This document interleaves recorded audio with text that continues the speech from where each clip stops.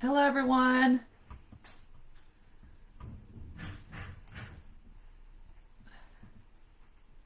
So I had some technical difficulties, so I'm hoping that you guys are jumping on now.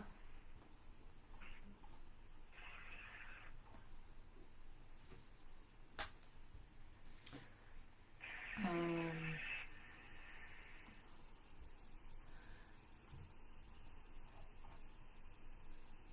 all right, looks like some people are jumping on now, so this is good. Sorry, I have not done a Facebook Live, obviously, in quite some time, so I'm just now figuring it out. There was more options that I had to choose in order for me to start the Facebook Live, so sorry about that, everyone. Thanks for being patient while I work those technical difficulties. So I have Daniel on the line, so I know that we want to probably just go ahead and dive in with him right now. So I'll go ahead and let Daniel speak to you guys. So I'm hoping that you guys can hear him. So can you guys hear me now? Just let me know yes or no. Okay, guys. Hello. Hopefully they can hear me too. If you can read it, Hold on, let me see. I'm confirming with everyone. Can you guys hear me? Can you hear me? Hold on, I just want to make sure people can. Okay, yes, people can hear you. Okay, great. So Daniel, go ahead and speak. Your supporters are online and everyone's joining in right now. All right. Hey, everyone. Thank you for coming. Thank you for your guys' patience. Yeah, we had a little bit of a trouble there getting on. Guys, this is what I really wanted to do, to reach out to you guys as supporters and loved ones. I really definitely wanted to give some feedback and kind of correspond with one another and be very interactive this year. It's something that I really wanted to do, and I'm happy that we started off the year this way. And so I think that hopefully we'll have this every week. We can hopefully get into a routine where we're having this every week at about the same time, and hopefully it matches up with everyone's schedule. And I know a lot of people out there are pretty excited to actually get their questions answered directly. So I'm very much excited about this.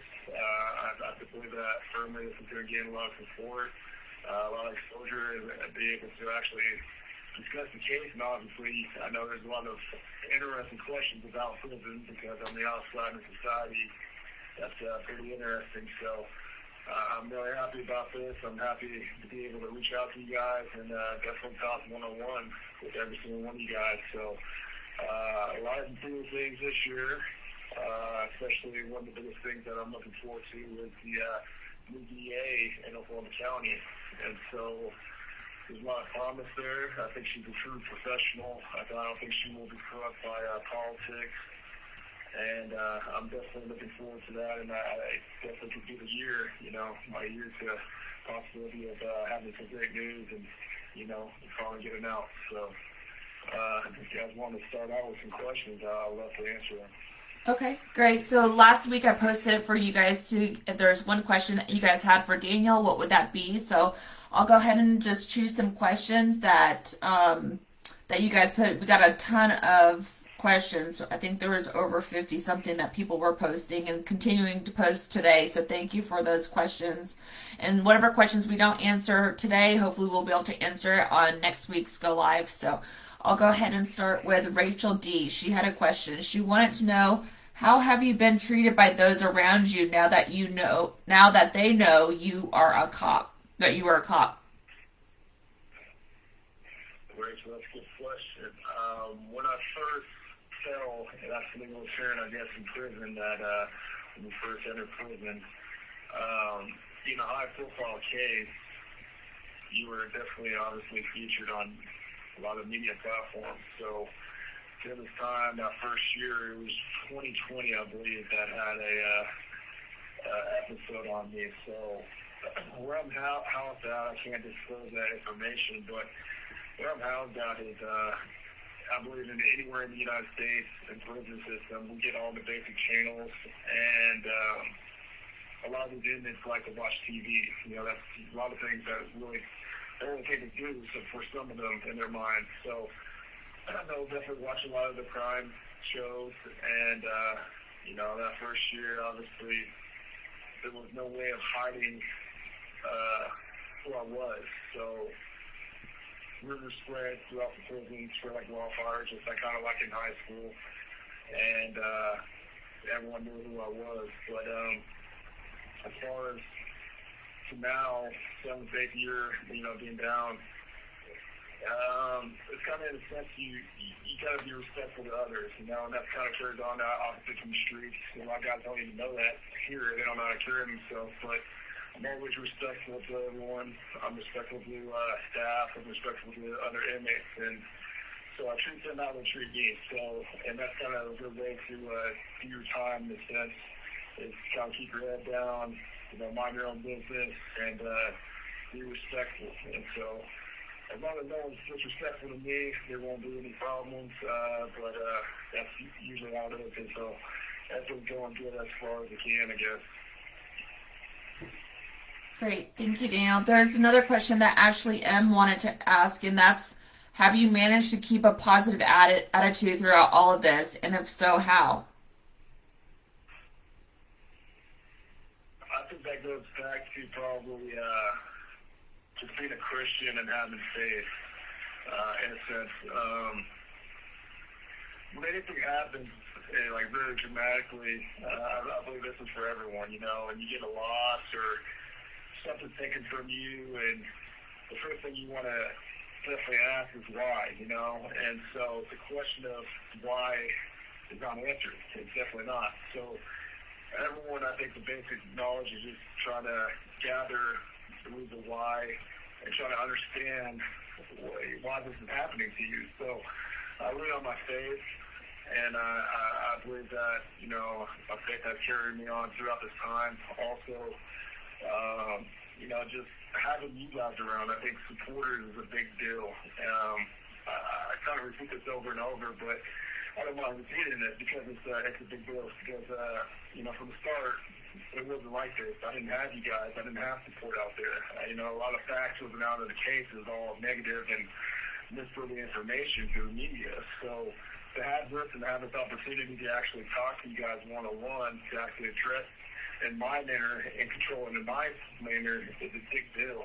And, a lot of supporters throughout the world have come to my aid, and that's something that uplifts me all the time, and so I have people that send me mail, that people's comments, I see you guys' comments, I see it, trust me, and this is why I wanted to push this so much, is to address those people with the comments, because, you don't expect me to see it, but I really do, and so it really uplifts me, it really keeps my attitude high, and it definitely keeps my faith strong to keep going, so I do appreciate that, guys. I have another question for you. Justin M. wanted to ask, when you get out, what occupation would you like to seek? I thought about that a lot.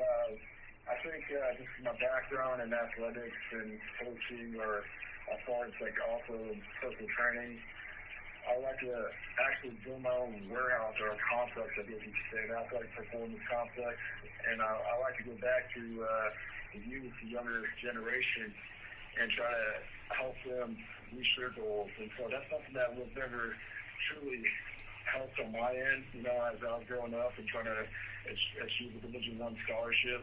It was kind of taking upon yourself in Enid, in small town, to really drive yourself, motivate yourself to achieve a scholarship, a full-ride scholarship at that. So I would definitely like to give aid. I like to give tips. I like to give, my experience through what I've gone through to those younger guys and girls to just help them achieve whatever sport they're into to get a scholarship. And I know a lot of parents are really invested in a lot of that because they really care for their children. And so it's something that I could definitely give back to the community. Well, that probably leads into another question. Someone asked, what is your current press and squat? They want to make sure that you're getting gains in there and staying strong. Gains. That's funny. That's not really the words that are talked much in prison. That was something that I recall when I was out there talking about gains and all that, gains throw. But I'm where I'm at. I'm very fortunate to have a freeway, and that's a huge blessing because obviously all aspects from psychology manner, like as far as clearing your mind, de-stressing, being able there to go actually to go there and help people too, as far as guide them and coach them and train them. That also makes you raise your spirits up too. So I'm very fortunate to have a free weight pile. That's what they call them in prison, and because a lot of states in the United States don't even have weights in general. They'll have cables, and if they have cables, it's really like a 1960s, 1970s hand-me-down cable. So I definitely have goals every year to try to achieve, and I try to attain those. So right now, I'm very lucky to be bench pressing probably in my low 400s, and my squat. I was very lucky. I have a very good, strong squat, and I was able to hit 645 just the other week. And that's supposedly the state's, I can't disclose the state I am in, but it's supposedly the state's record, raw 645 as far as an inmate is concerned. So I'm definitely trying to push myself physically, spiritually, mentally, and trying to progress and get better every day. Let's see. Thank you for giving that answer. Let's see what other question we have. When you get out, 60 seconds remaining. okay, I'll let you call back and then we'll get to the next question. Okay. Bye-bye. Sounds good. All right, while he calls back, I'll go ahead and go over some things. So last week I was able to actually visit Daniel. It was, I think, about a week or two ago. I was able to visit Daniel, and I haven't seen him actually since December of 2019. And then when COVID hit, they quit all visits for until I think mid 2021. And so I just have not been able to had a chance to go visit Daniel. So I was finally able to go visit him. It was a pretty good visit. Of course, brothers sometimes get on your nerves. Sometimes you just want to smack them across their head. And that still happens, I mean, we're brothers and sisters. That's sometimes what we want to do. But anyways, it was a great visit. We played Uno for, gosh, I think it was 7 hours that we played Uno for, and he enjoys his visits because he gets out of his cell and he gets to come into the visiting room, which is nice because for him it's nice because he gets obviously have interaction with people that care and love him, and then he also enjoys it because he gets to go to the vending machine, and the vending machines, they have food that normally you and I probably would not want to eat, but for someone that's in prison, that is like something that they look forward to because it's hamburgers and cheeseburgers and grilled chicken sandwiches that they don't serve in the cafeteria, but you can get it inside of the vending machine. So he enjoys that. Puts a bunch of hot sauce on there, mustard. Those are his favorite things that he likes to indulge his sandwiches with. And then he loves drinking Monster drinks, the energy ones. So he'll drink cans and cans and cans of that. And I just don't understand how he can do that. But he really enjoys his visits. He loves talking. While you go to his visits, they do allow you to give a hug at the very beginning. And then at the end of the visit as well, they do let you give another hug goodbye. So you do get to have that interaction with him, which is nice. He's calling back right now, so I'll go ahead and let it come through. And then so it's pretty good. It's been nice having those visits with him. And let me accept this call. So whenever a call comes in, they have a recording that you have to listen to and then accept the call. So are you there? Okay, so let me put it back on speakerphone so we can go through some more questions for you guys, and then I'll go over the visit a little bit more after we get done with the call. So, all right, Daniel, let's see. Someone wants to know, Bobby S. would like to know, are you going to write a book after this? Or are you or do you have are you currently working on one right now? No, that's a good question. I'm actually, throughout my time and the initial start of this nightmare, I was journaling in county, and actually in Oklahoma County, and I still continue to journal to this day. So it's definitely something that has popped in my mind, something that I want to do, something that I want to get reach a broader scale as far as more people and get more people involved and understanding. So I definitely journal a lot every week, and it's something that's definitely in the works. So I don't know when that will be. Hopefully sometime soon, maybe this year. And yeah, it's definitely is, and we'll definitely have that announcement, and it has a lot of interesting things in it. So. I like this question. Once you're finally released, would you want to do a meet and greet with your supporters? That's from Tina J. 100%. I think, I like to meet every single supporter, to be honest with you.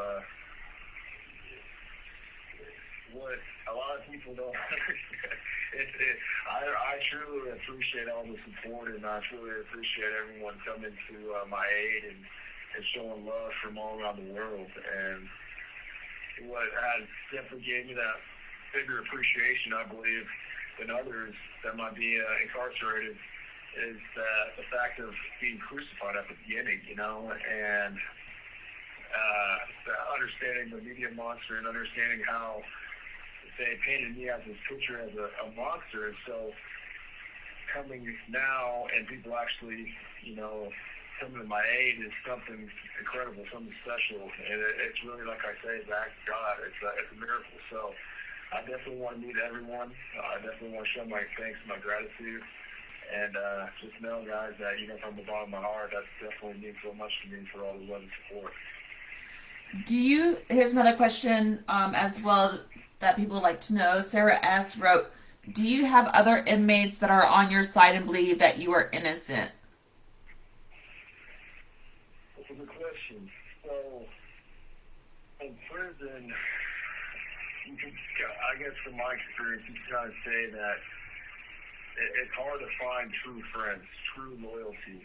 And that's something big for me, is obviously is family is number one, and probably second would be loyalty. And so where I'm at is not the cream of the crop, I guess you could say. It's a lot of guys that are ex-gang members, dropouts, a lot of guys with character flaws, character issues. So when I'm able to meet someone and they're actually loyal and actually good character and good people, you can definitely consider them friends, and that's very hard to say in prison because it's hard to find true friends in prison, and actually someone you consider as a friend. So there are a couple of people that state to my face that they believe in me, that actually have family members on the outside state that they, listen to my case and they believe that I'm innocent, and so they actually relay that to me. I mean, it's what they say. Do I know for 100% is that what they believe? But it definitely has, and actually has also been some COs, as far as correction officers definitely have come up to me, and I'm not going to obviously expose any names or anything like that, but people have actually stated that they listen to my case and they believe in me. So that's really uplifting and good to actually hear from inmates, and especially correction officers. Great. There's another question for you from Justin M. And it's, how do you manage your mental and physical health where you are? What do you do to make it less stressful? I think it's every day. It's trying to build a routine to not lose your insanity, to not lose your mind. So every day for me is working out. I take full advantage of the time that's given to us to go work out.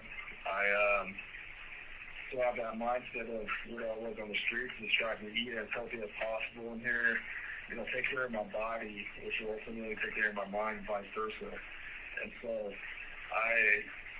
not playing cards just to pass time, so I'm not idle.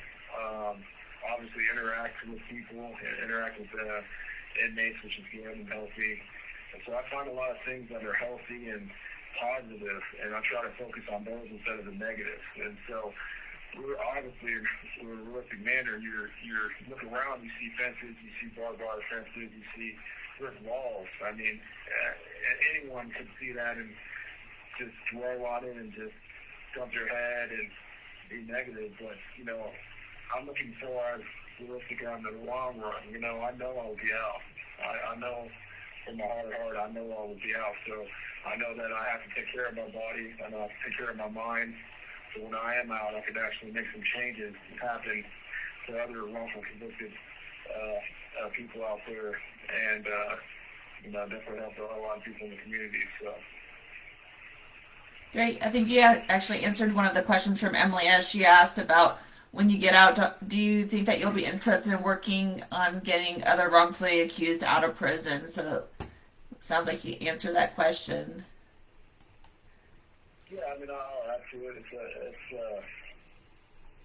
It's also going to what I want to do as far as a job is concerned, and say I do go back to Oklahoma, which obviously a lot of people are like, why are you going back to Oklahoma? But Oklahoma City doesn't have an integrity unit. They don't have that kind of unit, and the Department of Law Enforcement or the DA's office. So if I could implement that and start that up and actually be on the board and actually have some say to that and give my experience and give my thing of actually seeing both ends, from obviously the law enforcement on the streets as a cop, and obviously as a wrongfully convicted felon and inmate in here. So that's something I want to start. I want to be able to review people's files, cases, go into the prison, talk to them, interview them, be able to actually fact find a lot of things and make sure that there's no corruption. It's definitely away from corrupt politics or corrupt DAs, corrupt judges like the one that I have. So it's something that I really want to do. I feel I'll be very passionate about. And I mean, other aspects I talk about as well is just like being able to speak into actual lectures, in colleges or actually speak into academies, starting law enforcement, and give my stories, give my experiences of how things were done, and so people can have an understanding so we can make change. Here's another question someone has. Do you get lonely, and how do you pass time? That's from Valeria. Absolutely, Valerie. If someone tries to say that they're not lonely in prison, that's false. It's definitely lonely. It's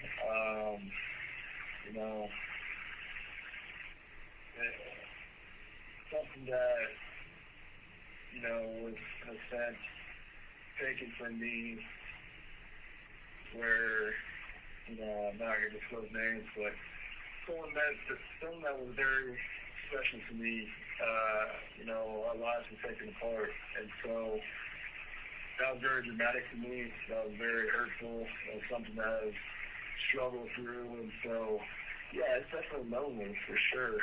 And, what I do is try to obviously, like I said, is just keep positive mindset, try to think about positives of everything. And that's just part of, I guess, going to prison and jail. I think you're going to obviously be lonely. So you definitely want to rely on the positive aspects of everything and try to focus on those instead of the negative. The next question Shannon S. wrote is, what is the first home-cooked thing you want when you come home? I think my mom's lasagna. She makes a really good homemade lasagna. And so I like that. You probably just made Mom cry right now. She's watching right now. My dad's T-bone steak, and it's something I want to keep real about this thing and keep it every week is to be.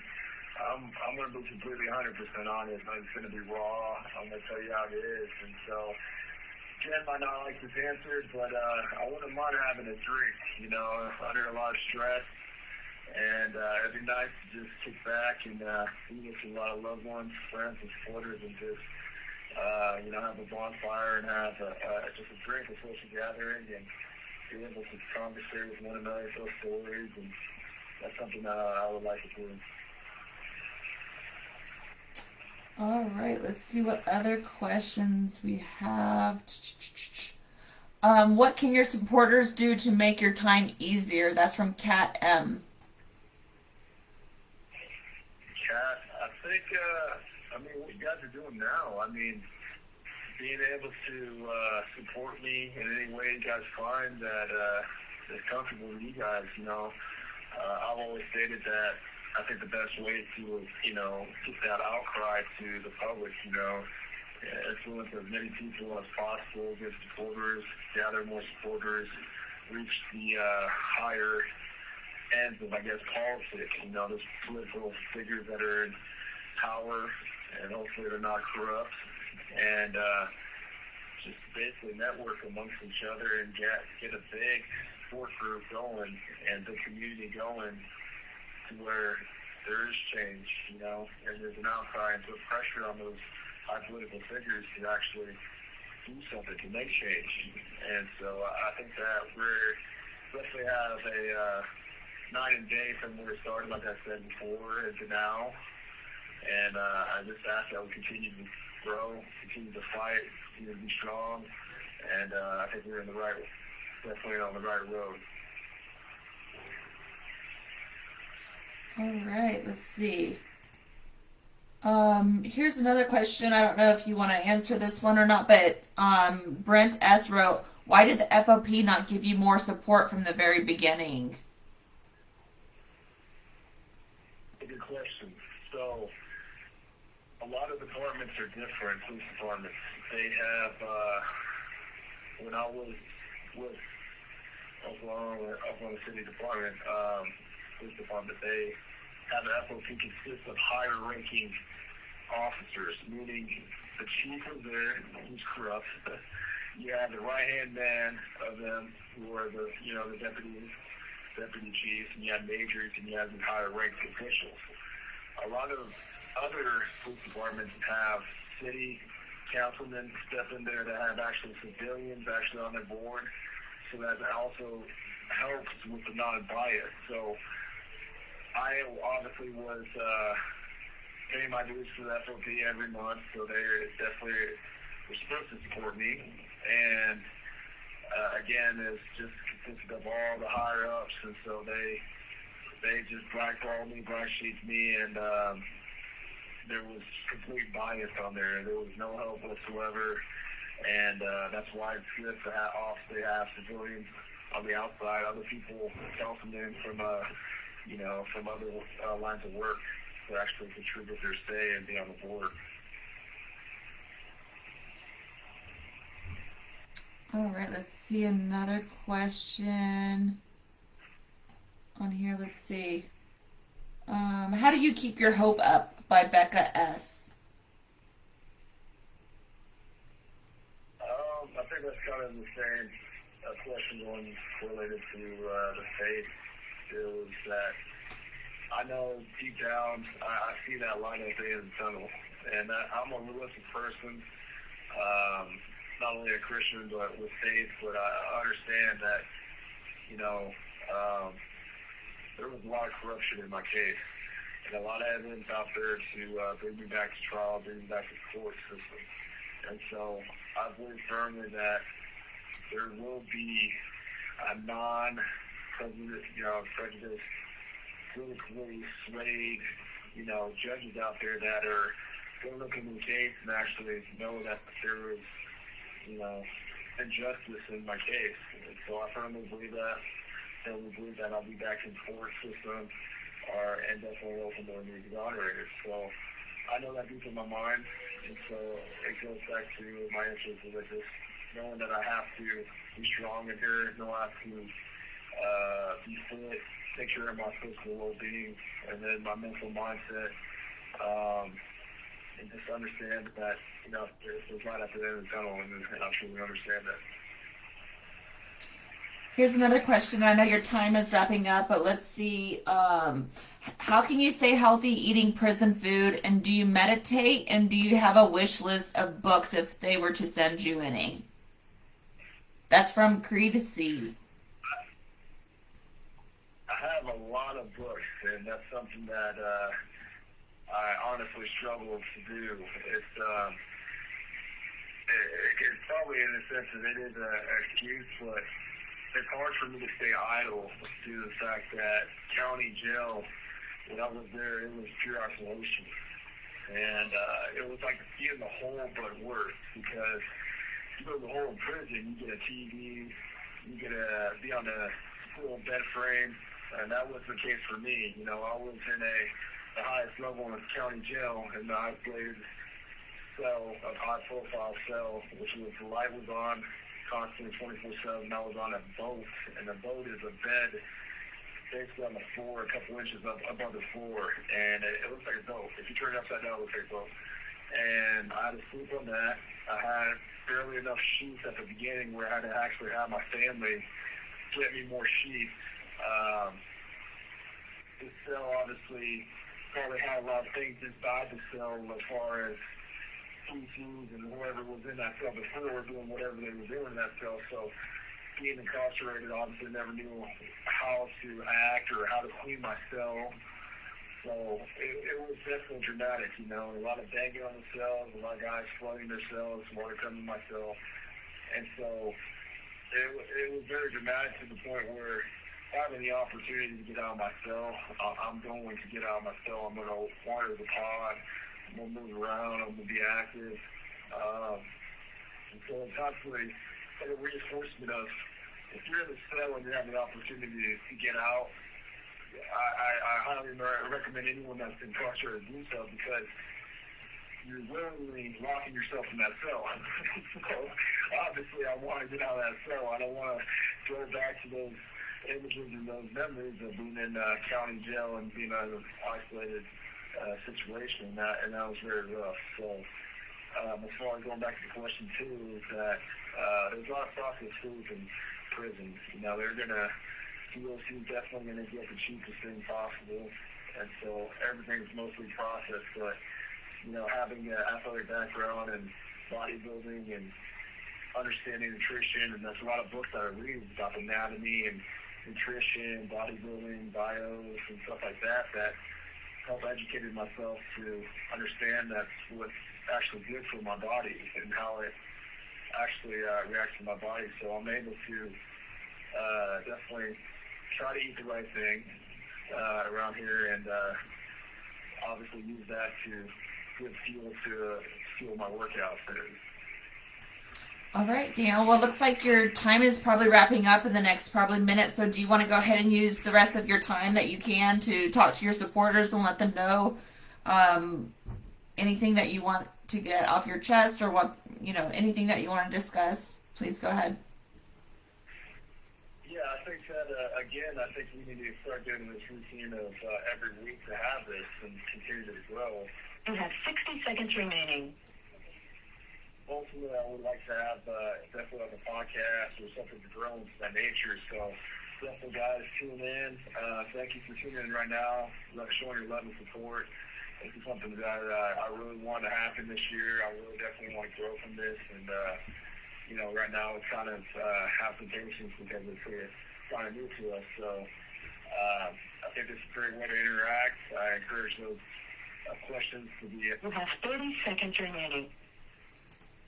That's the way. That was about 30 seconds, guys. So I love you guys. Thank you very much for tuning in. This is going to be all raw. This is going to be 100% truth. And just reach out to me, ask whatever. The floor's open. I appreciate you guys. I appreciate your love and support. And please tune in next week, okay? Thank you, guys. All right. We love you, Daniel. Bye-bye. All right. So if you guys want to stay on, I'll just go over a few things because I know that a lot of you have been writing a lot of questions. So I'll try to answer some real quick at a high level. So it looks like a lot of people are suggesting how we can get more momentum on the case. If you guys want to reach out to Netflix to see if they want to do something on Daniel's case, that's always great.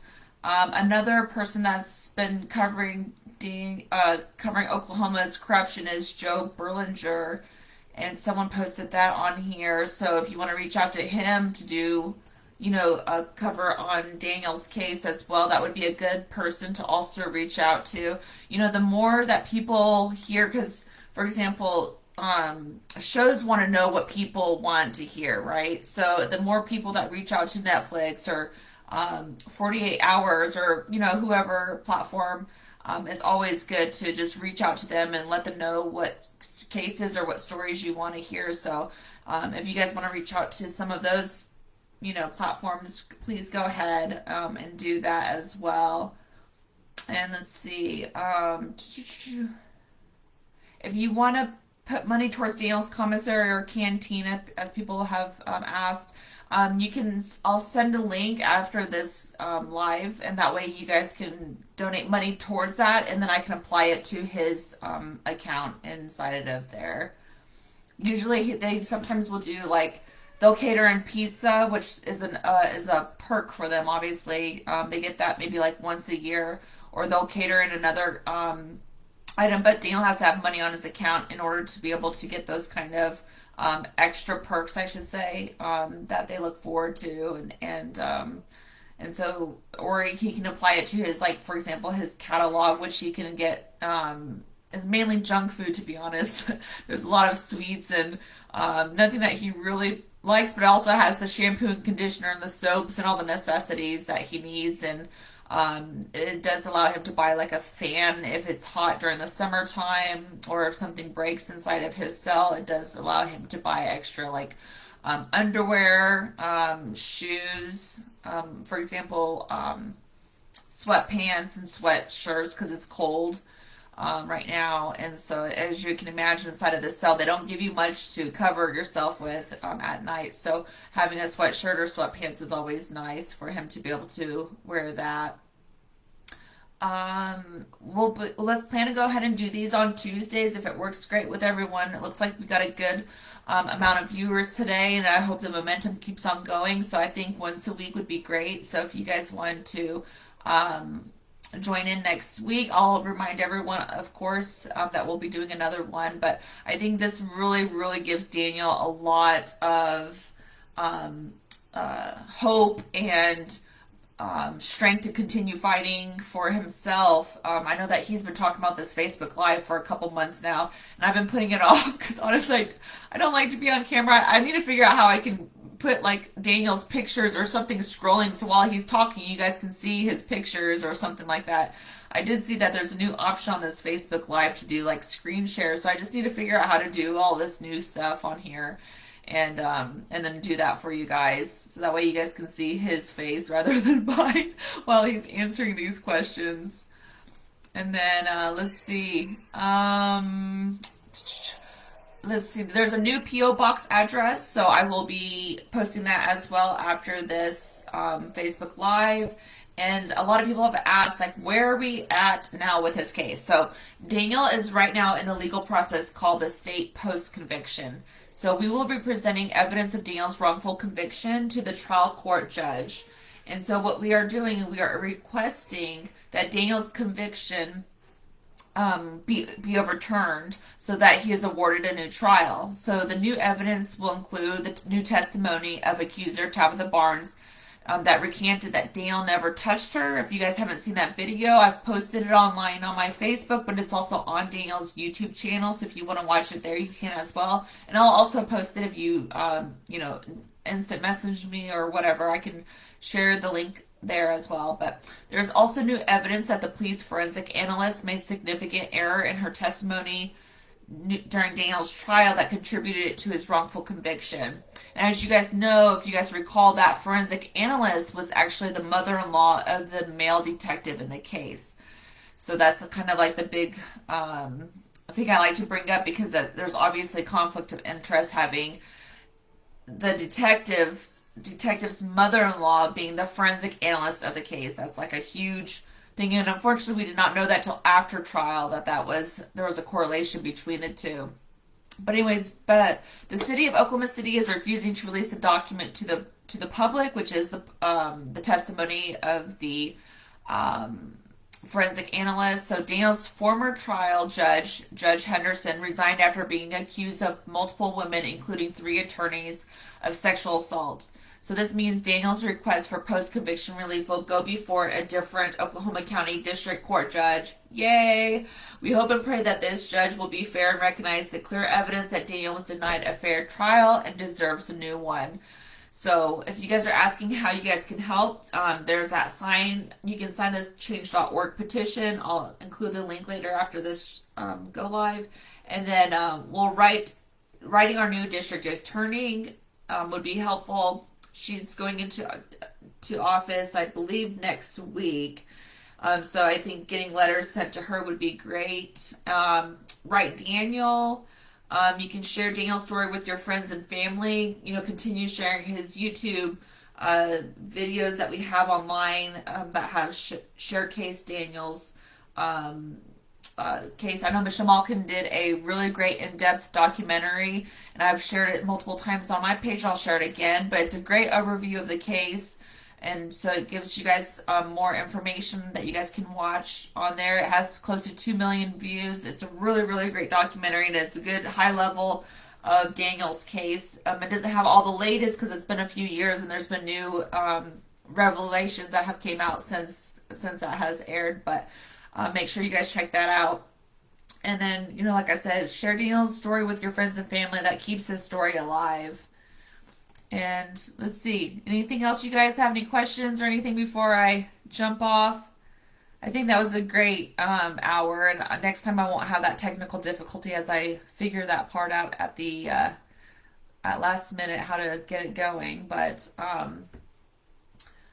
thank you everyone, and if you guys have any questions, just add them or message me and I'll respond to you guys later. But I think that was a great wrap up to Tuesday night of speaking with Daniel and hearing from him. He sounds great. He looks great. Whenever I visited him, you can tell that he's still working out, still the big guy that he was before. So thank you everyone for joining, and I will look forward to speaking with you guys next Tuesday. So thank you everyone. Have a great day, or great night, I should say. Bye-bye. Good night.